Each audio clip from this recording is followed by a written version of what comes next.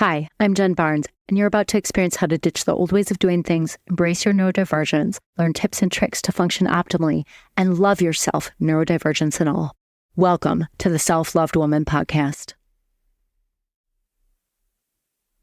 Hey, it's Jen. I'm so glad you're here. I always say that because I really am always glad that you're here. Today is going to be a really special episode because this week, someone's turning 50. That's right. It's me. I can hardly believe it. I certainly don't feel 50. And I will say I feel wiser than I did 30 years ago. I mean, to be fair, I think that's good. But, it's interesting. I just don't quite feel it. And I think some of the things I'm going to share today are contributing to that. But I thought for my 50th birthday week, I would share 50 things I've learned in 50 years. And most of these things come from my own inner healing and growth. And some of them come from being a steward on the path of others doing their healing work. And so I'm excited to share this. I think that a lot of these will be helpful, or at least hopefully thought-provoking if you're like, wow, I never thought of that. Or, I don't know if I agree, Jen. And then giving yourself some time to reflect because, I'm not committed to being right. These are just my observations and where I'm at right now at age 50. Who knows, in 25 years, I might be like, oh yeah, I have a different perspective now. So as of right now, January 2024, this is what I've got. These are in no particular order because that's just not how I roll. So here we go. The first one is, there is no such thing as mistakes or failure. And sure, I know the words exist and we use them to describe when things don't go the way we intended or planned, or when we act out of alignment with our values. And so sure, you can call those mistakes or failures. But what I actually prefer to think about around things that don't go the way we planned or intended, or things that are out of alignment, is that we think of them as learning opportunities. They are opportunities for us to reflect on how something went and to pivot in some way, whether that's like, I don't know, you tried a piece of content and there was no engagement. So you're like, okay, that didn't quite land. What can I tweak to, try differently? Or you said something kind of hurtful to another human and that's not how you want to be in the world. And so now you get to figure out like, okay, how do I want to approach this now, right? So I think the thing I'll share in my experience is that when we are able to shift into seeing that, there's a lot less shame. And that doesn't mean we shouldn't be accountable. Like I'm talking about not having shame and then said should. Whoops. But it doesn't mean that we aren't accountable for our actions. It's just that shame is not a super effective way to get ourselves to change, right? Like feeling that we're bad is not an effective way to get us to change. So also, if you've ever been on the receiving end of someone where they said something awful and instead of apologizing or changing the behavior, they're like, I'm just such a bad person. You're like, great. Now you're putting your shit on me more. So anyway, all right. That was an aside on the mistake failure as learning opportunities. So, all right, this next one, people are going to be pissed, but I found it to be true. Time expands and contracts for whatever you have going on in your life. I'm going to tell you what, I know it doesn't seem like it, especially if you're a mom and you've got a newborn and you're like, good grief. But think of all the things you're doing for that newborn, right? And there will be a time when you're not doing all those things. And then you will have more time, but you had the same hours in the day, right? But you'll fill it with other things. I think about, I shouldn't talk about motherhood. I'm not a mom, so I'm in no way trying to insult anyone. I might try to talk about your experience. It's just something I've noticed in working with women over the years and being a woman and having friends and a sister and all that. But what I will share from my own experience is I remember being in graduate school and I saying this aloud, it just sounds insane to me. I was in grad school. I was working full time. I had another job teaching group fitness 4 classes a week. And then I was working weddings on Friday and Saturday nights to bring in extra money because I had just started my first job in the field of social work. And so, well, not just started, but a few years prior. And so the pay was low. So I needed multiple jobs. and I had an internship. And somehow I was able to do all that. And I remember graduating thinking, oh my gosh, I'm going to be so bored. I now I have all this time. And it's really crazy because all of a sudden, a couple months later, it didn't feel like I had all this time, right? And so our life expands and contracts for what we have going on. Even right now with, I'm finishing up a launch here. By the time you listen to this, that launch will be just about over. And what I've noticed is like, I all of a sudden have an extra 2 hours of daytime. What a weird thing to say. I all of a sudden have 2 extra hours a day to work on this. And it's like, what? Where'd those 2 hours come from? Well, it turns out that when I'm in the middle of a launch and have a lot to do, I'm a lot more motivated to find a way to not turn on the TV and not use social media, except for my business, right? It's amazing how that works. And maybe sometime I'll share my secret for cutting down on screens. It's been fantastic. But time really does expand for what we have going on.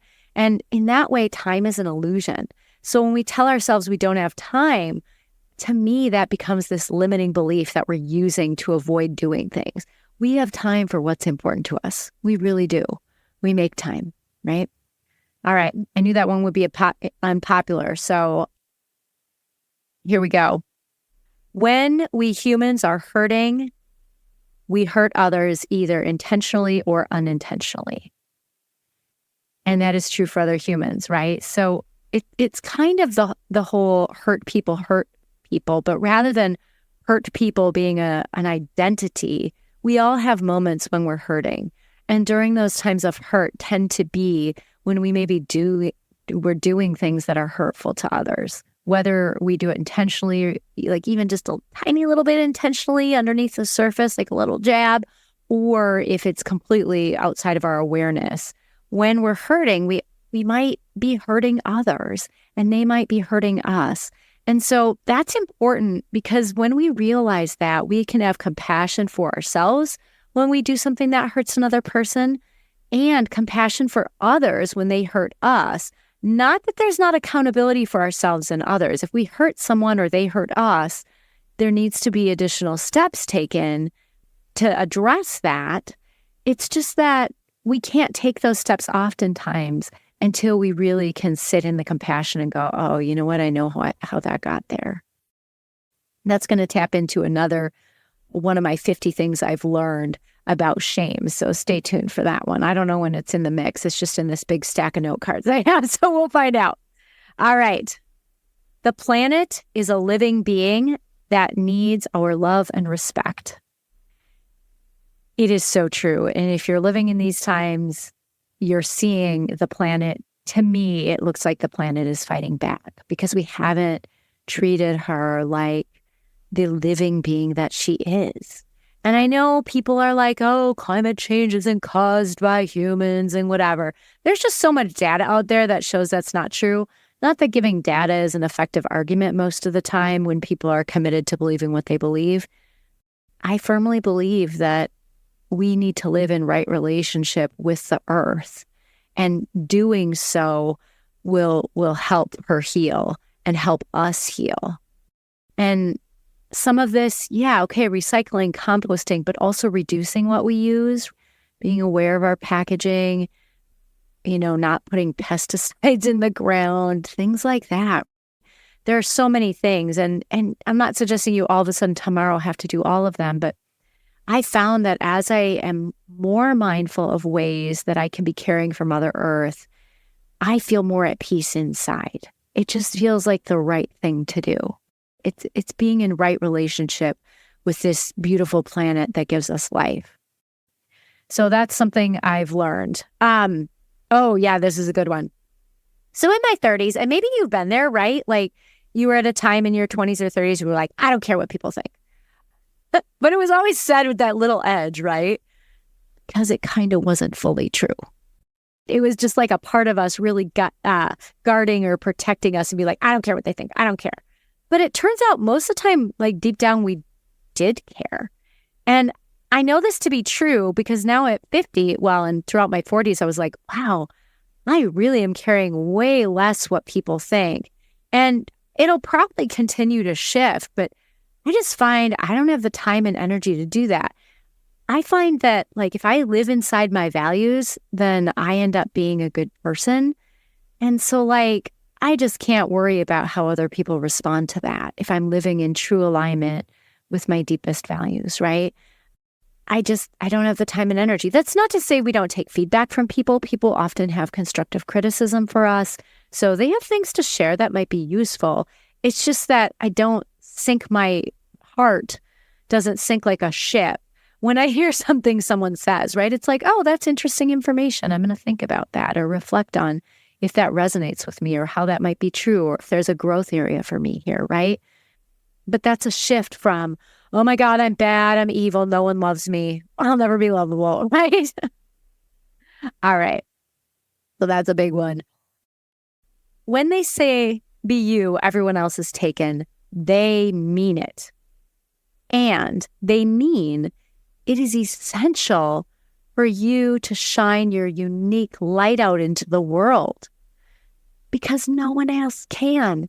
You are the only person that is alive right now that can be you, that can do exactly what you can do, that has the exact mix of the knowledge that you carry, the wisdom from your experience, and the heart that you have, and the ways of being that you've grown into.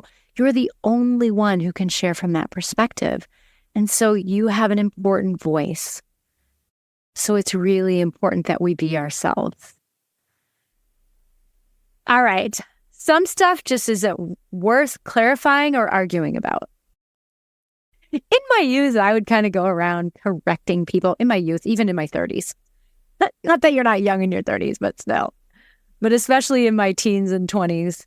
And first graders do this a lot too. If you have a first grader at home, you know, they know everything. But I've just gotten to an age where most of the time I realize it is just not worth clarifying things with people. There are some things I will clarify, like if someone says something racist, I will address that, right? But there's just some stuff like if they misspeak, but you know what they said, like I've really tried to get away from saying, did you mean this? Unless it's a coaching situation, I'm truly trying to clarify, right? But if someone like used the wrong word, but I still got the gist of the message, it's just not worth it. Like you got the intent, right? Like why are we spending all that energy correcting other people? And people don't like that. Like why do that is rude if you understood what they meant. But also sometimes it's just not worth arguing about people, or it's not worth arguing with people.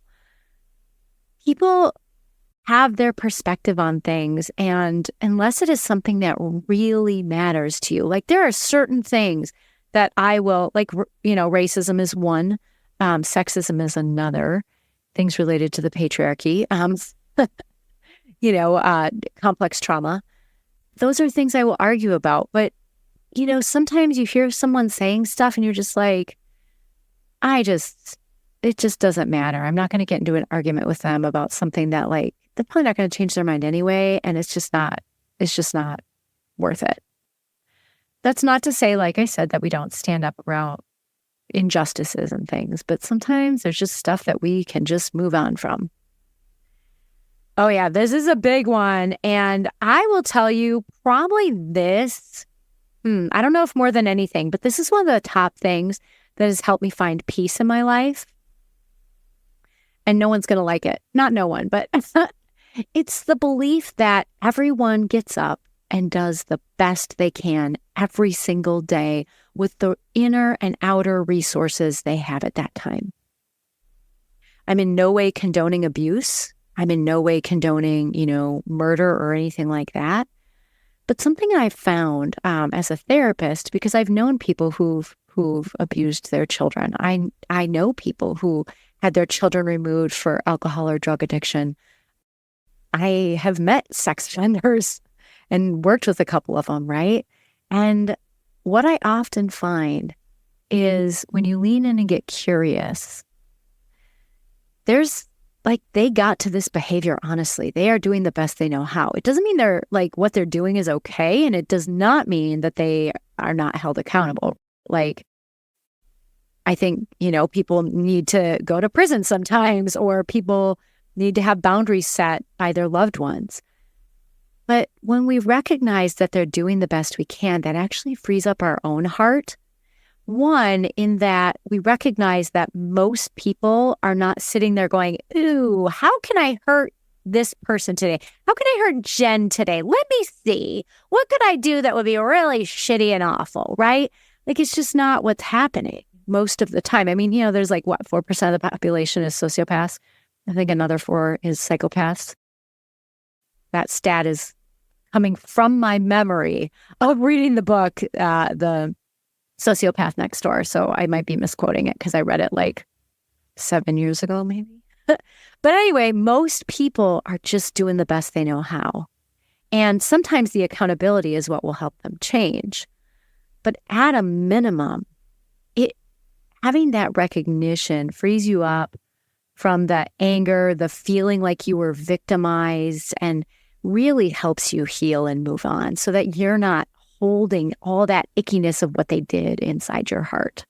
So that can be a tough one to work through, but I found it just has been a lovely way to approach things. And I also found that those people who did some of those things, a lot of them were truly sorry and came by it honestly. I mean, they had their consequences and some still do.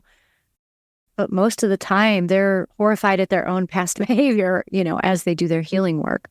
And so I think it's important to recognize that. Not that you have to be the one to help them heal. I mean, that's for someone else. But just recognizing that most people are doing the best they can. And you know what else that means? You are too. So you can give yourself a little break. Doesn't mean you're not accountable. But it does mean that okay, yeah, you were doing what you knew how to do at the time. Adaptability is key. I started out in my work as an actuary. I came from college having done half the time as an accounting major and then the rest of it as a math major with a concentration in actuarial science.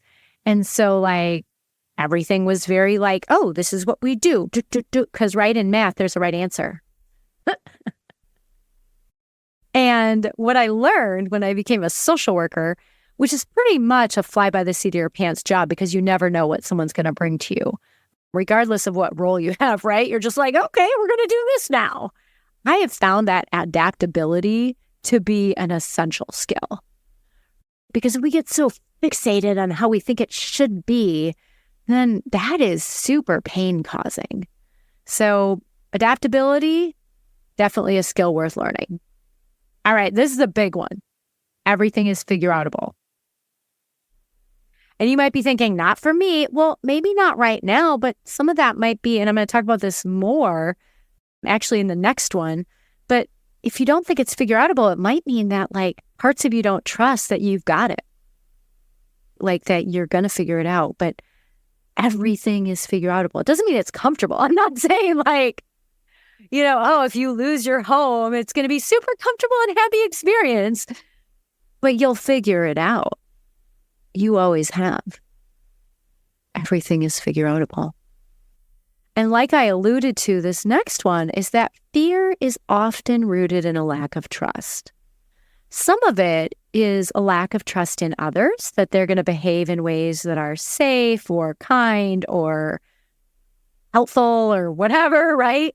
But some of it is, and this is probably the bigger one, is a lack of trust in ourselves. That we've got this, that no matter what happens, if people respond in negative ways or someone says something hurtful, that we've got this, we're going to figure it out. And again, I'm not saying it's going to be our most joyful moment. My mom died and it was the worst thing that happened to me. And it was the one thing I was oh my gosh, I can't do. But I mean, it was figure-outable. I was not comfortable. It's still not joyful for me. It was, coming up on 5 years ago now, but it was figure-outable. And I watch, so many of my clients in my psychotherapy practice with complex trauma and some of them with really horrendous, torturous things that happen to them, literal torture. And they're figuring it out. I'm not saying it's great all the time, but they're figuring it out. Everything is figure outable. All right. Yes, this one's huge. Recognizing, acknowledging, trying to understand, validating, and working with the inner parts of us is way more effective than try to push down their big feelings. I was talking about this the other day on my 3-day live. So often we, in the early days of my career, which were like right around the year 2000, and even when I started therapy back in the late 90s, the idea was if you had anxiety, you were supposed to picture like a big stop sign. Does anyone remember this? You had to picture a big stop sign so that your anxiety would just stop. And that was supposed to make it magically melt away. I laugh, and I hope you're laughing too, because if you ever tried that, you're like, yeah, that doesn't work. And the reason it doesn't work is because your feelings have a message to convey to you. They are there for a reason. They are biological experiences trying to get your attention and say, yoo-hoo, notice this, right? And in the way that I frame up the world with a multiplicity model where we all have parts, right? That comes from internal family systems, as well as things like ego state therapy and structural dissociation therapy. Anyway, all of our parts are just trying to help us.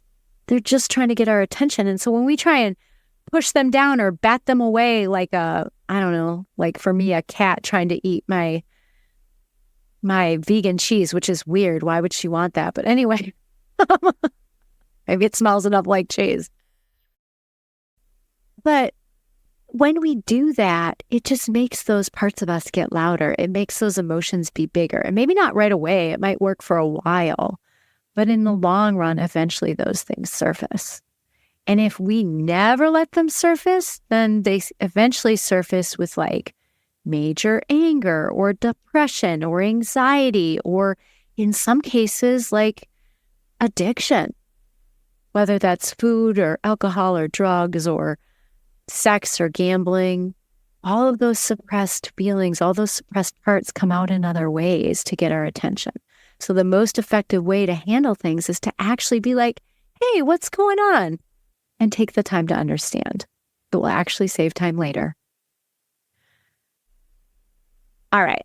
Most of the time in our lives, it's not about what's right or wrong.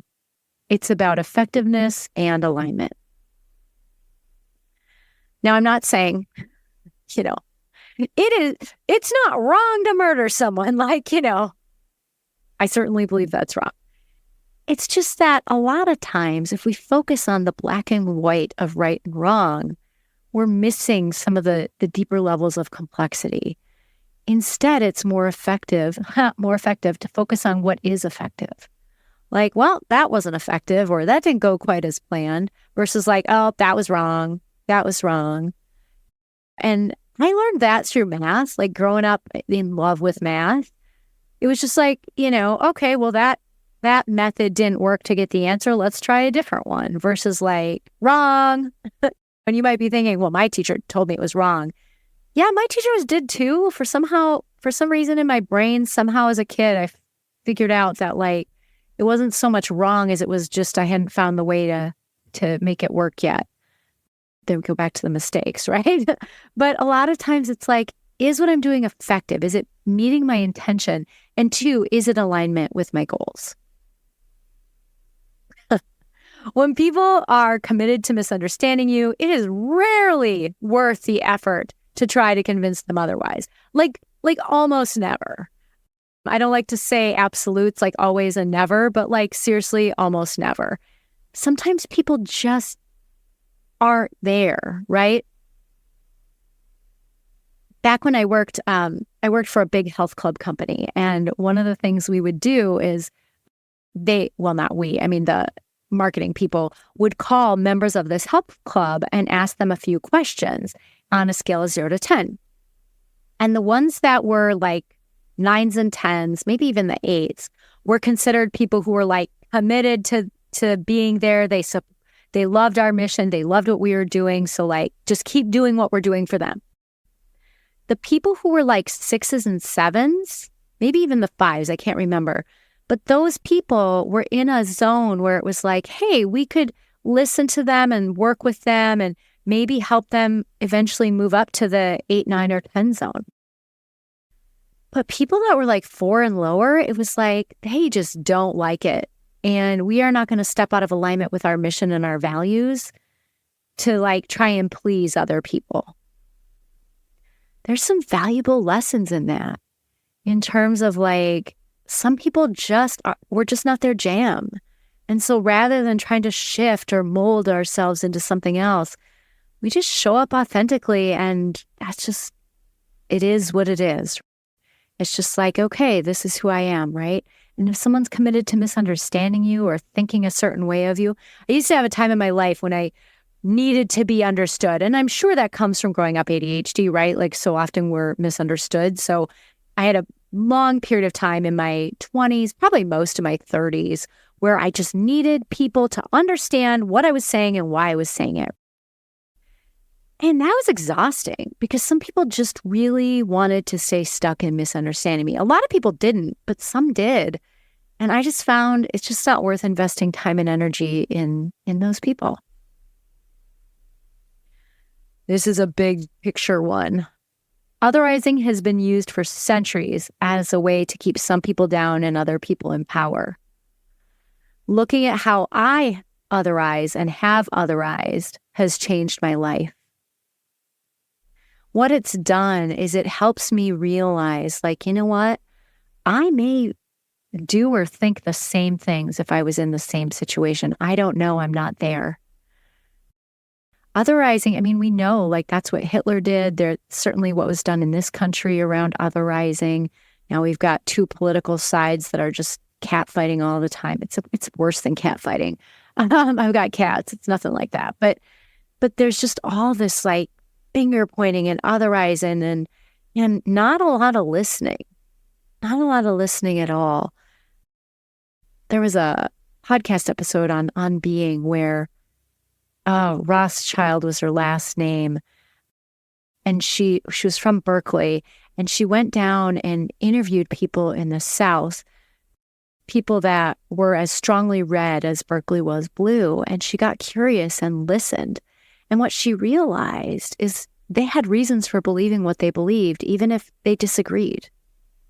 And so by being open to listening, they were actually able to have really amazing conversations and find out that some of what they want is actually the same thing.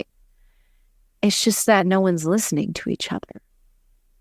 But this was done not just in our political climate, but also with race. I mean, it's still done with race. I mean, come on. And even with women, right? There's still people who talk about women as being stupid or have those stereotypes in their head. But especially people of different races, there's even that implicit bias where people, grab their purse close to them when they see a Black person. And it's that implicit bias that they are other. But this was something that was done intentionally.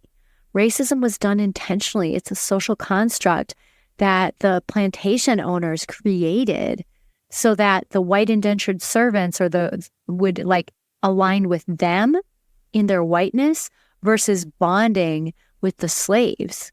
Because if all of those people bonded together, they could probably revolt and possibly win against the plantation owners. And so racism was created, right? It was done by using otherizing. Same with the Holocaust. It was all about otherizing Jews. It's happening now in Israel and Palestine. And so this otherizing, it just rips us apart at like our very souls, and it's just not helpful. So what we can do about it is notice how we otherize. It's probably not that big of a secret or a jump to recognize that I'm white liberal. And I noticed that I was really doing a lot of otherizing of people who are not.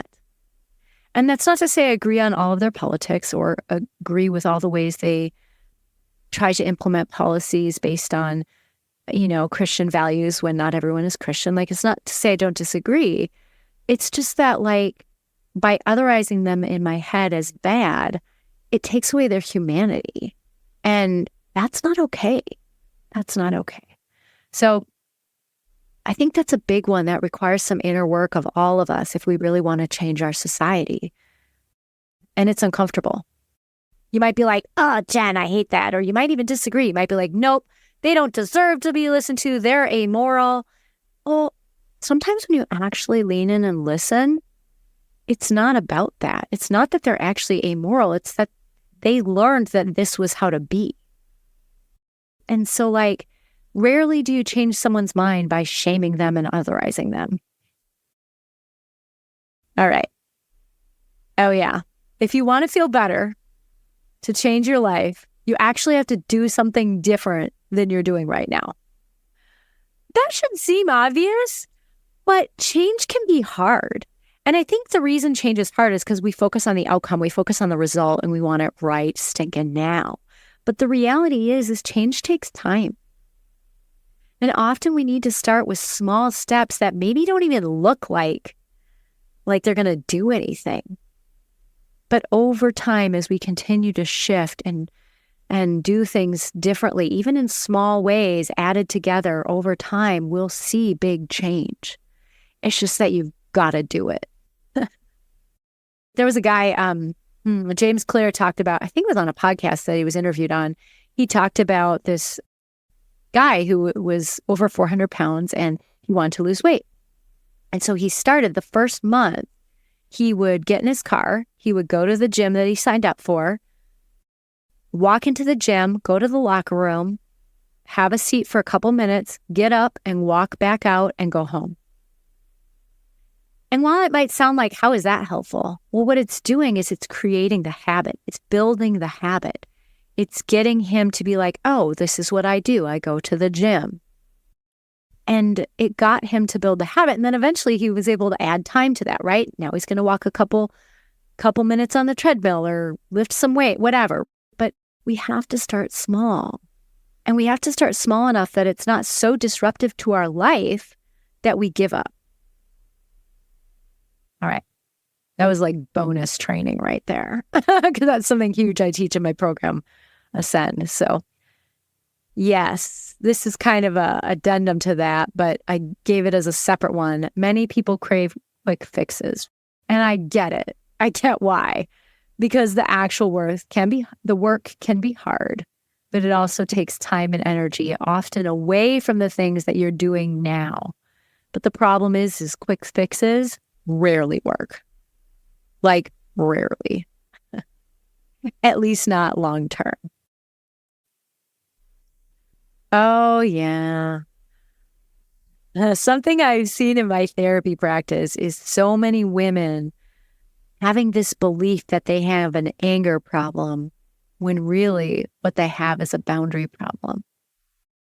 They come in and people are like, and usually, I mean, truth be told, it's the men in their life, whether their father, their spouse, someone they're dating, whatever, has been like, you have an anger problem. But when we really get down to it, what they have is a boundary problem. They're not able to communicate their needs effectively, or if they are, they're not able to maintain the boundaries.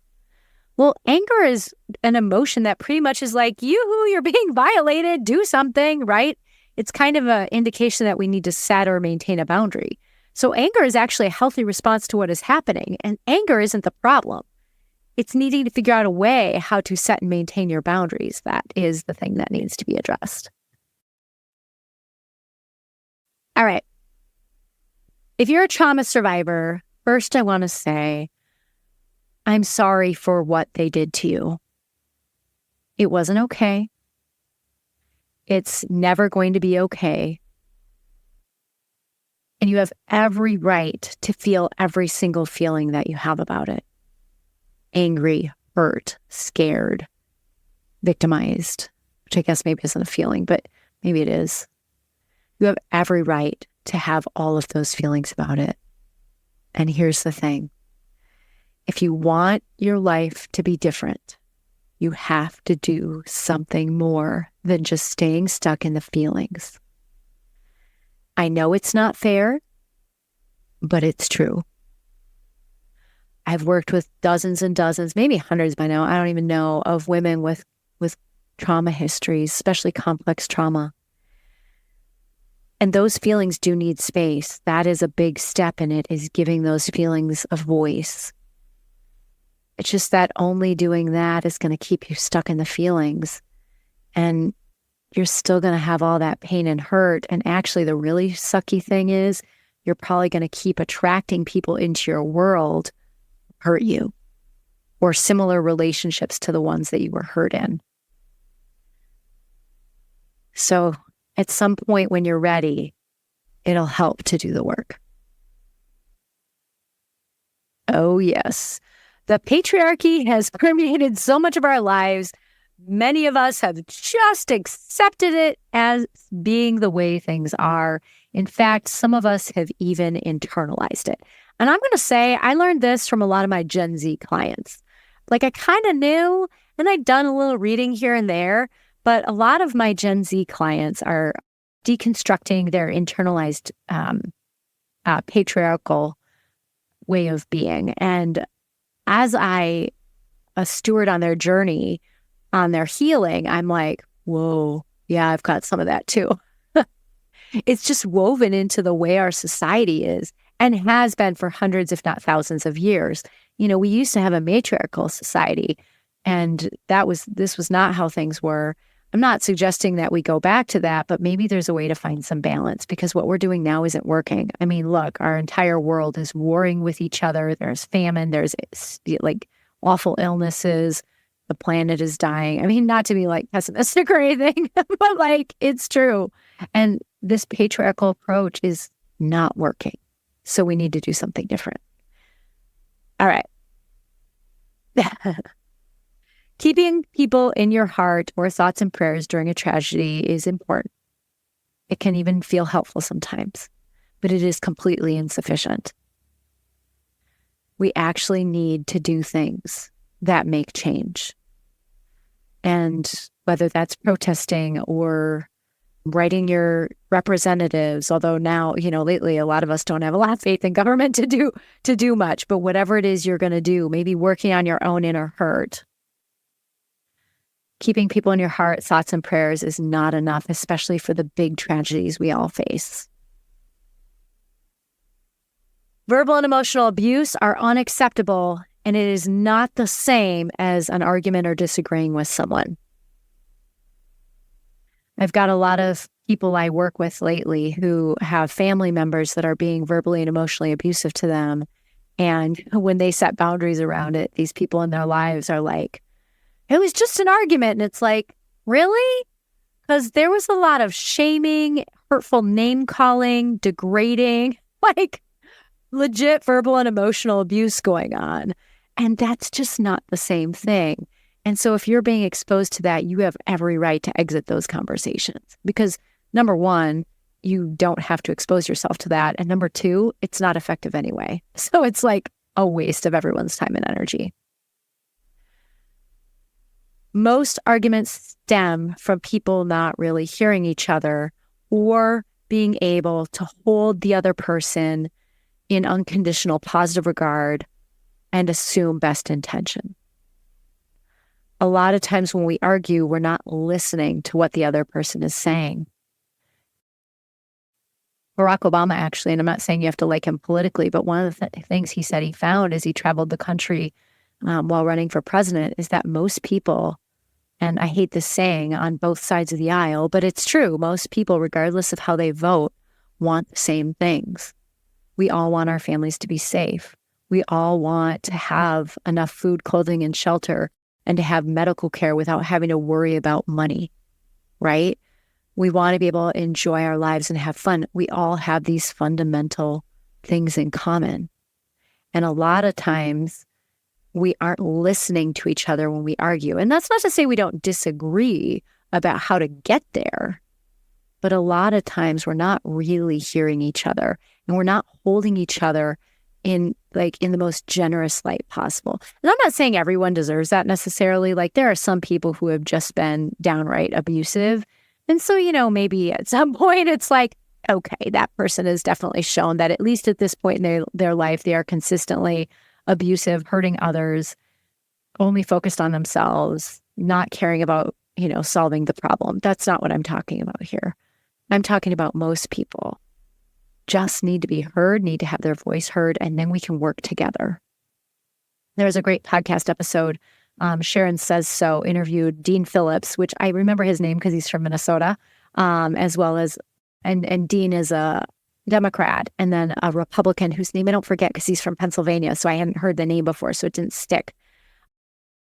And they are part of a bipartisan group in Washington trying to get more bipartisan legislation passed and really solve problems versus just being in these stupid pissing matches that are just about ego and all that. And so these people really are listening to each other in these bipartisan groups, and amazing things are happening. So there is good news there too. All right. Oh, yeah. The world is hurting right now because of collective wounds and unresolved hurt over millennia. And maybe it's because I'm a trauma therapist, but I got to tell you, I don't see a heck of a lot changing until we all do our healing work, or at least more of us do our healing work. Because as long as the majority of the population is stuck in that pain and suffering and trauma, it's going to be really hard to move forward and solve the big problems that we all face. Now, I'm not saying we just need to forgive everyone who did shitty things. That's not what I'm saying at all. It's much different. There's accountability still involved. It's just that when we do our inner work, we're able to figure out how do we address these things now. I really believe that's what we need to do to change and evolve. And, some of what really solidified this for me was watching, since the 2016 election, the, friends I have on both sides just nastiness about the other side. And these are people with good hearts and who are amazing. But what I could tell was they were getting triggered by what someone on the other side was saying. And so it was basically like triggered parts fighting with each other. And if we can heal some of that, we might be able to have productive conversations from a place of self-leadership, like being from our highest self, and then actually be able to make some really good changes instead of just fighting about it. Ah, yes. Okay, this is one more along those lines. I was really on a roll with this inner healing stuff, but I'm a therapist in fairness. So the path to freedom is doing your own inner work so you can more consistently connect with compassion, curiosity, and calmness. And it's true. I feel so much more free having done my inner work than I ever felt before I did, because I just feel free to be me and trust that I've got it and to act in alignment with my values, and that when I don't, I can apologize and take ownership and then change my behavior, which is really what an apology should be. And should, I'm not trying to shame anyone, but that's what an apology is changed behavior. All right. This one's quick. Yoga works. My mom once told me after I'd been doing yoga, I don't know, maybe 5 years. So I was somewhere in my 30s. She's like, you must always do yoga. You can never stop yoga. She said that because pre-yoga, I was way more intense. And you might be like, more intense? Good grief, Jen. But I was way more intense. I was super high strung and still pretty judgy. And I don't have moments of it now, but and I worried about everything. And yoga helped that. It helped me get grounded. And for you, it may not be yoga. For you, it may be meditation or qigong or tai chi or prayer or whatever it is that you do to line up with your highest self more often. But I will tell you, for me, yoga works. It also, by the way, helps. I have nice, smooth moving joints and, muscles that are awesome. And anyway, so at 50, I feel pretty good in my body. And I have to say, I know yoga is a part of it, as is the movement I've been doing since my teens. Since I was a child, really. But all right. Oh, yes. On this note of yoga, often people demonize or fear something because they don't understand it. And understanding something and not fearing it, it doesn't have to be the same as welcoming it into your life, right? I have come across many, many people who think yoga is demonic or were taught yoga is demonic and don't believe it now. And here's the thing. I'm not here to tell you have to like yoga. I don't care if you like yoga or not. It's irrelevant. But I'll use yoga as an example. I've heard people say all kinds of crazy things about what they think yoga is. And I'm like, I'm a yoga teacher. I've been teaching yoga since 2009. So it's been a while. And I practiced for another year and a half more than that. Not that that's very long to practice before you become a teacher, but that was my journey. And I have read a ton of like yoga texts and had a ton of training, and never have I found anything that was demonic or putting down God. There may be a different name or way of seeing that spirit energy. But when I listen to people from all traditions, all kinds of spiritual traditions, all kinds of religious faiths, everyone's pretty much saying the same thing until we get into the dogma that involves trying to control other humans. And so a lot of times when people say something like, oh, yoga's demonic, it's like, tell me what you think is demonic about it. And oftentimes when I share things, they're like, oh, I didn't know that. A lot of times we fear or assume something is bad that we just don't understand. And I'm not saying like, oh, if we just understood the intention of the sexual abuser, then we wouldn't think it was bad. That's not what I'm talking about here. I'm talking about, things that can be healing like yoga or meditation or just lots of things. Okay. All right. Okay. Along this line, hate, demonizing, and othering hurts ourselves just as much, if not the other person. This is that whole, I'm going to drink poison so you die analogy, right? It's like, most people don't even notice, right? Like I noticed this, and not to get political, but there was a certain person that was elected president a while ago that I was like, oh my gosh, this person is evil, like, which did not help me to think that, by the way. So I forced myself to read biography about him and actually was able to understand and have compassion while still believing accountability is important. But at any rate, what I realized is this president didn't give two shits about how I felt about him. Me hating on him only made me feel awful and was out of alignment with my values of compassion and love for all humans. That doesn't mean I have to know them, or doesn't mean I don't think some of them should be in prison. It just means there's compassion there, right? And so it's important to do that work of being like, okay, what's this about, right? Okay. This is a fun one. You can actually bend metal spoons without using any of your strength, just using your energy. I've seen it. I was in a room full of people with metal spoons and mine didn't bend. I tried, maybe because I tried. At some point I stopped trying because I was like, it's not about the spoon, it's about what the transformation that's happening inside. But there are people that legit, like they felt, and we all had the same spoon. And it was like just random people all around the room of 1,000 people. Many people had the same experience of feeling like their spoon was like butter or like some other kind of liquefying substance, and they were able to like twist it around itself or bend it in ways that a spoon should not be able to bend. It's amazing. You can bend a metal spoon with just your energy. Crazy. I guess Neo was right. All right. Yes. The most painful thing in my life, my forever worst nightmare, was that my mom would die at a young age. And it turns out even that is healable. I'm not saying I don't still have pain, because grief is ongoing and, you always miss that person. You always want to hear their voice. You always want to hear their side of the conversation and give them a hug, hear their laugh. That's always there. That doesn't go away. But the pain lessens over time.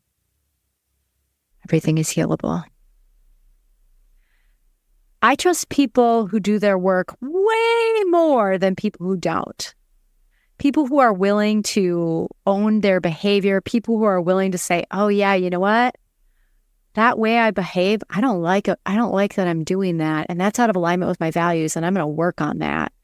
I trust people who do that way more than people who are like, nope, I do everything right. But like, I got no energy for that in my life anymore. And on that subject, nothing drains me more than people saying they're doing their work when they aren't. And that's true of people in my life, but also true of clients who come to therapy. And by coming to therapy, they say they're doing their work, but they actually aren't doing anything. sucks the life out of me. I'm not going to lie. All right. Almost everything is outside of our control. Worrying about it is useless.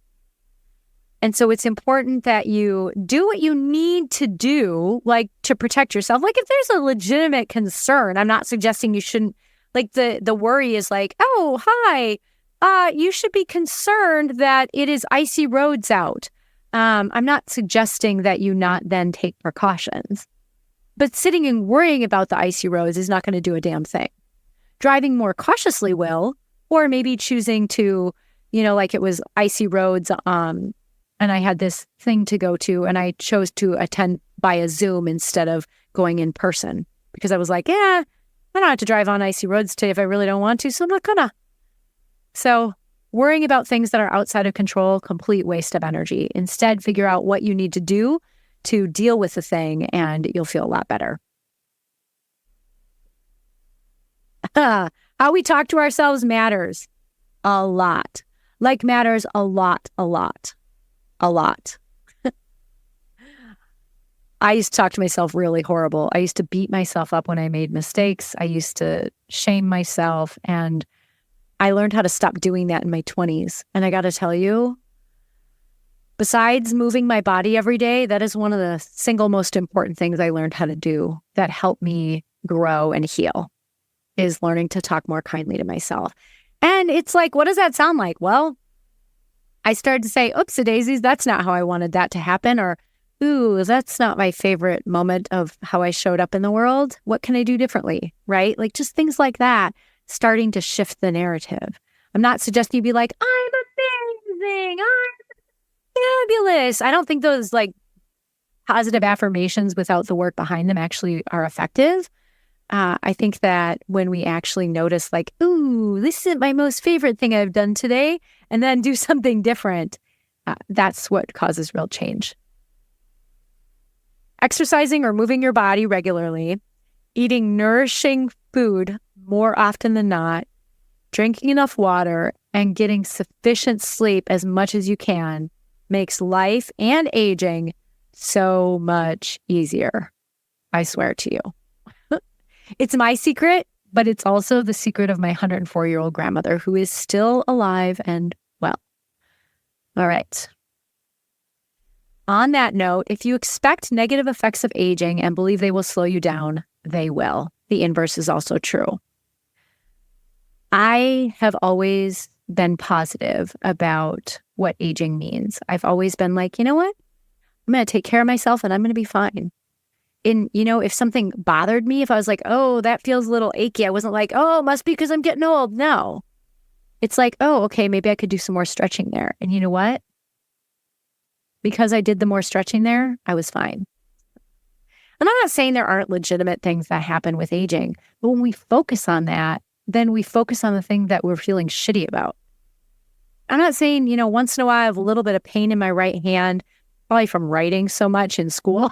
I went to a lot of school, had a lot of training and certifications and all that. But I'm not saying I never get like a little bit of a arthritis twinge or what I assume is an arthritic twinge in my hand.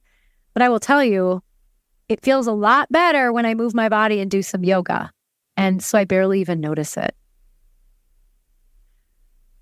Not enough people talk about perimenopause. And I didn't know this. I learned this year. Maybe it was last year. Either way, I learned it recently, that most doctors receive very little training, like maybe a course or two at most on perimenopause and the postmenopausal experience, despite the fact that half the population goes through it. So what I hear in that is I just need to talk about perimenopause more, which if you listen to my podcast, then I talk about it. And if you happen to be a man and you're listening, and because there are good things for men here too, it's just I focus on women because that's who I know how to help effectively. If it makes you uncomfortable, I think that's good, because I think you need to hear about it enough so that you're no longer uncomfortable, because people are going to go through it, and it's not something to be ashamed of or hide. It's like, yeah, it happens. It happens. So let's talk about it.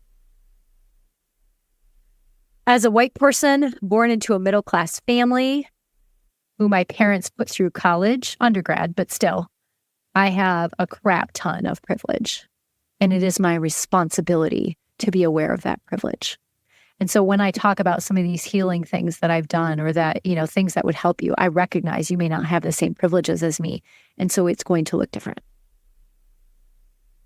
As white people, it is our job to do the work of being anti-racist, like actually doing the inner work around it, reading the books, having the courageous conversations, doing the journaling, maybe even working on it in therapy.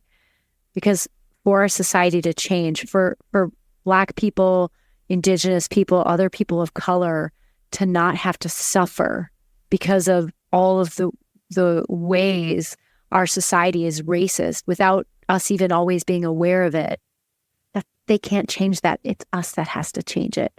We have to realize it's happening, and it's hard work. And you might be thinking, well, I didn't do all this. No, but you're still benefiting from what was done. And until we are admitting that and owning that and making change, nothing is going to change. And if you're like, well, what's in it for me? First of all, I wonder if that's in alignment with your values. But secondly, what's in it for you is there is so much wisdom and amazing perspective that all humans bring to the table. And we're missing that perspective when we silence people of color with our racism. Right? What's also in it for you is it's just being a good human to respect other humans, but there's that. Things are often way more complex than they seem. It's rarely only that there are two sides to an issue. It's just not black and white. Things are very rarely that simple. And if you're like, I don't know, I think this is clear, lean in, get curious, see where else there's more information. Like, there are some things that are maybe absolutes, like all racism is bad. That one is, I think that's black and white. I think that's pretty clear. It's not okay to sexually abuse your children. Okay? There are some things that are absolute, but for most things, things are way more complex. All right. Oop, this one's upside down. Shame and yelling are grossly ineffective if we hope to instill long-term change in someone or ourselves. Well, I see a show of hands, not that I can see y'all, who actually found it productive to shame themselves to make changes long-term. Like, it might have worked in the short term. I know it worked for me in the short term, right? With my ADHD going to Catholic school. Shame kept me out of trouble, right? But it resulted in me not knowing myself, having tremendous anxiety and depression, and continuing, well into my 30s to figure out who I actually am. It doesn't work for yourself, but it also doesn't work for others.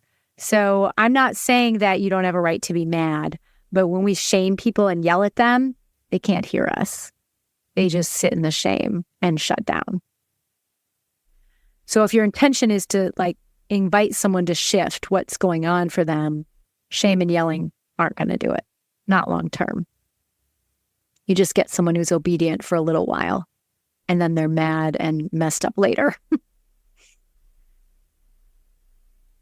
Yes, each and every one of us has a valuable and unique perspective to share, regardless of your race, your class, your gender, your ethnicity, your abilities, your sexual orientation, and whatever else is unique about you, your neurodivergence. It's so true. We're getting to the end here. I know this is a long one. When you mistreat people, it hurts you at least as much as the other person. Now, I know I'm someone, I have a long memory, so I remember all the times when I was aware of hurting someone. It still stings in my own heart, and I still feel really bad. Whether it was someone in my personal life or a client or, inadvertently, of course, with clients. But I remember every single time I've said something where I'm now I'm oh my God, why did I say that? That was an awful thing to say. And so it hurts us more because we're out of alignment with our values. And that's not what we want to do. Villains are rarely what they appear to be. Yeah. The movie Maleficent definitely showed us that, right? That doesn't mean they shouldn't be held accountable and have consequences, but villains are rarely what we think. Even if bad things happen to you, you're still responsible for your choices. It's true. I have a lot of clients with complex trauma histories, and I even have one who has dissociative identity disorder. Actually, I have two who have dissociative identity disorder, and both of them, some of their alters, if dissociative identity disorder is now what multiple personality disorder used to be. It's what it's now called. And both of them have alters or parts of them that did not okay things, and they were held accountable for them. And that sucks because they didn't have awareness of it, but that, they still were accountable to it. And it sucks, it's like, oh gosh, that only happened because of how they were treated, and horrible, horrible things happen. It's just that, like, yeah, that's what it is, right? Not saying it's fair, but even at that extreme, it's true. Certainty is a myth that we all crave, especially trauma survivors while we're on that. But we all crave certainty. We want things to be known. We want things to be clear. We want things to be understood. And the fact of the matter is very rarely is anything certain. So, what they say is the only thing certain is change. Well, I don't think that's wrong. Be your own hero. No one is coming to save you. I learned this one early in life, definitely in my 20s, definitely by my 30s, because it's true. You're your own best thing. And so invest in yourself. You're worth it. And last but not least, a silly one. Love in movies isn't real. That's a fun one to top it off. Love takes work. Relationships take work. They take energy. And just because your relationship takes work doesn't mean it's not worthwhile. If there's abuse in it, that might be different, right? You get to make that choice of if the person is doing the work to stop being abusive or if they're not. But in most cases, relationships that are worth keeping take work too. So, all right, y'all, those are 50 things that I've learned in my 50 years on the planet. My birthday is actually tomorrow as I record this. So it will have already been my birthday by the time you're listening. So I hope this was helpful. I'd love it if you'd share, and especially if you comment what one of those 50 things you were like, yeah. And then what one of those 50 things just pissed you off. And you're like, I don't know if I like you anymore, Jen. I'd love to know that, right? Like what hit a what's the thing I want? What hit a button? Yeah, because the thing is that's something for you to reflect on. I'm not saying you have to agree with me. That's just what I've come to through my experiences. It's my unique perspective. So then what's your truth, right? Maybe write out your own, what you've learned in your however many years on the planet. It'd be something kind of fun. All right, y'all. Take care. If you're not following already, be sure to follow. I'll see you next time.